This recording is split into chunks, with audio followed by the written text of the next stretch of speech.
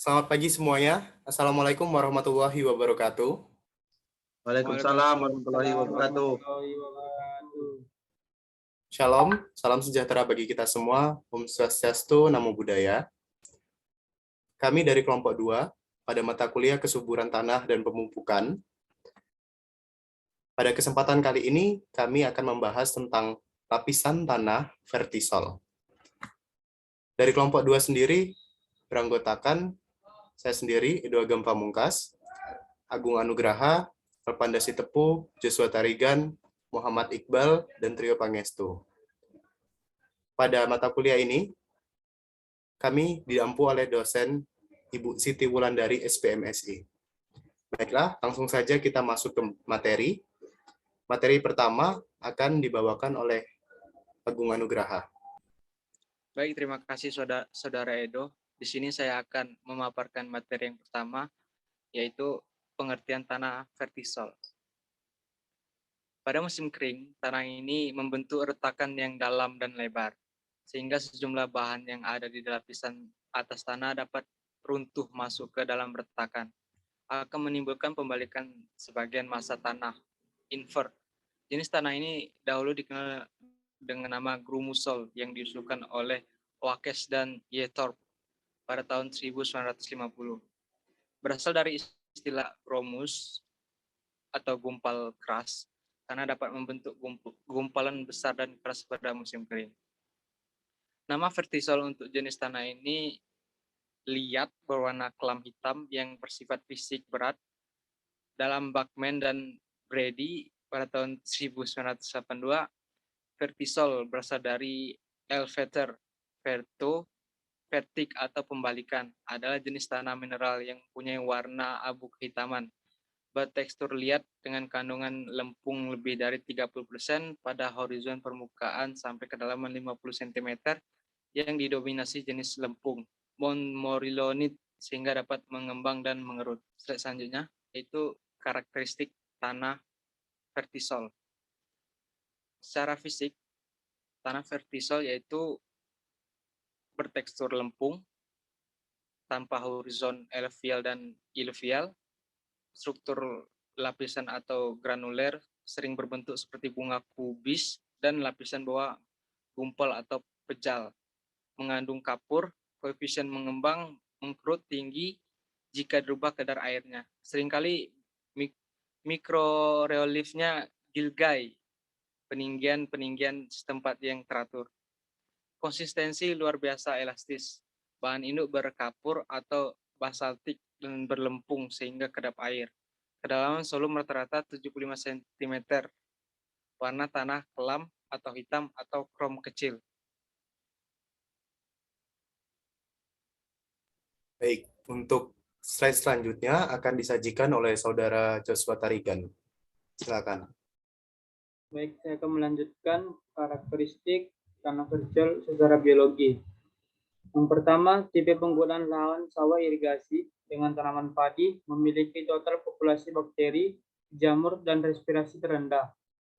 Yang kedua, tipe penggunaan lahan kebun campuran memiliki total bakteri dan jamur tertinggi.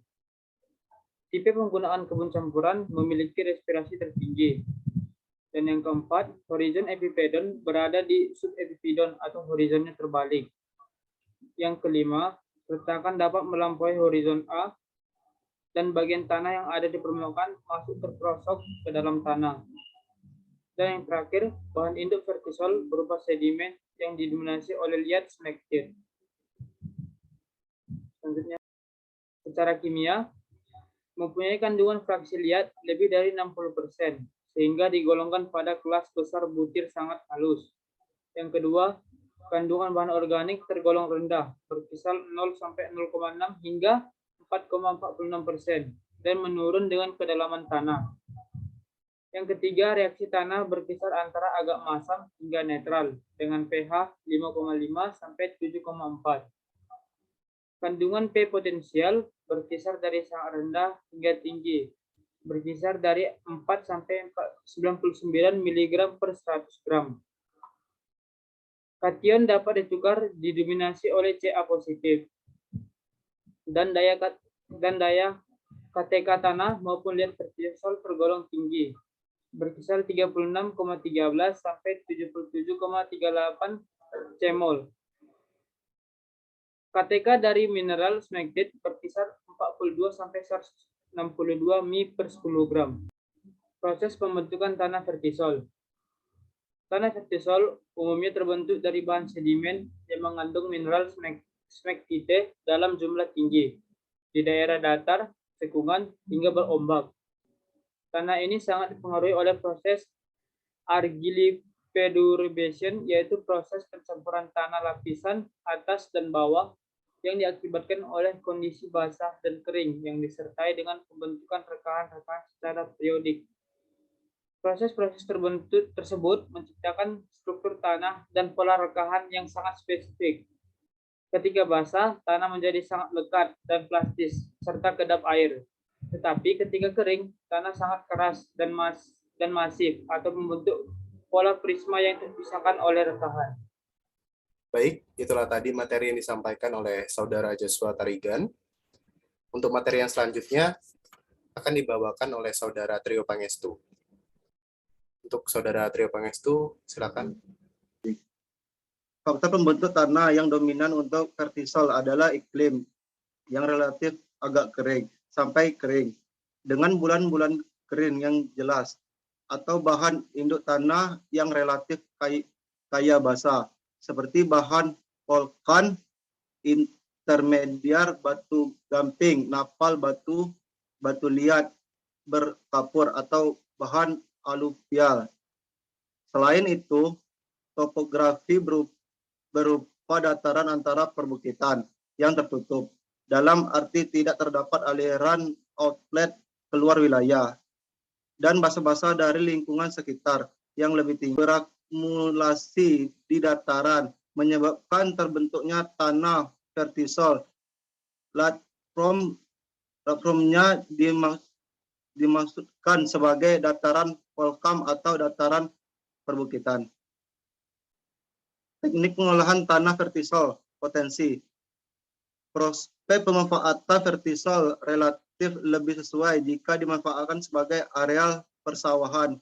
Hanya saja pembuatan jaringan irigasi harus dibuat terlebih dahulu jika di sekitarnya ada sumber air atau sungai, dengan mengatur 1. Drainase, 2. Irigasi, 3. Pengolahan tanah disertai 4. Pemupukan bahan organik untuk memperbaiki struktur tanah. Jenis tanah ini dapat memberikan hasil padi, jagung, kapas, kacang tanah, dan tebu, dan beberapa tanaman perdagangan dataran rendah yang cukup baik seperti singkong dan pepaya. Untuk selanjutnya, materinya akan disajikan oleh Saudara Muhammad Iqbal. Baiklah, terima kasih kepada moderator yang telah memberikan kesempatannya. Baiklah, saya akan membahas sedikit permasalahan terhadap tanah vertisol. Pertama, tanah ini bersifat lekat dan liat dan sangat keras dalam keadaan kering. Walaupun demikian, tekstur tanah sangat halus, derajat kerut yang nyata dan pengembungannya yang merupakan ciri mereka menyebabkan mereka kurang sesuai untuk pertanaman daripada daerah di sekitarnya. Kalau mereka mengering sehabis hujan, waktu untuk dibajak atau diolah sangat pendek. Untuk pengelolaannya dapat dilaksanakan tepat pada waktu dan mereka terbatas pada penggunaan alat kecil. Sederhana karena hewan mereka tidak dapat menarik alat besar di tanah berat. Selain pengelolaan yang berat, tanah ini miskin unsur hara, nitrogen dan kalium karena kedua tersebut terjepit dalam layer. Akibatnya tanah ini menjadi kahat nitrogen dan kalium adalah konsisten yang keras, sehingga untuk mengolah tanah tidak dapat menggunakan pembibitan maupun penanaman cangkul. Penggunaan traktor dan lain peralatan mekanik memungkinkan untuk melakukan persiapan lahan untuk pembibitan maupun penanaman. Sekian, saya kembalikan kepada moderator. Baik, di sini saya akan membahas tentang jenis dan pemanfaatan lahan. Yang pertama, tanah vertisol itu memiliki prospek pemanfaatan yang sangat relatif lebih sesuai jika dimanfaatkan sebagai areal persawahan, di mana secara kimiawi vertisol tergolong kaya hara karena cadangan sumber hara yang tinggi dengan kapasitas tukar kation yang sangat tinggi.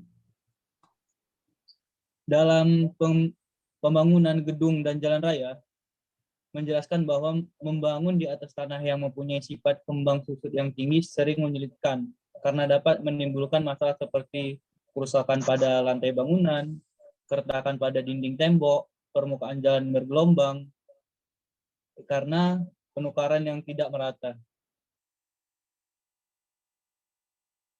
Selanjutnya, untuk penyebaran tanah vertisol di Indonesia, untuk pada tempat-tempat yang tingginya tidak lebih dari 300 meter di atas permukaan laut, dengan topografi agak bergelombang sampai berbukit, di mana temperatur tahunan rata-rata adalah 25 derajat Celcius, dengan curah hujan kurang dari 2.500 mm, dan pergantian musim hujan dan kemaraunya nyata.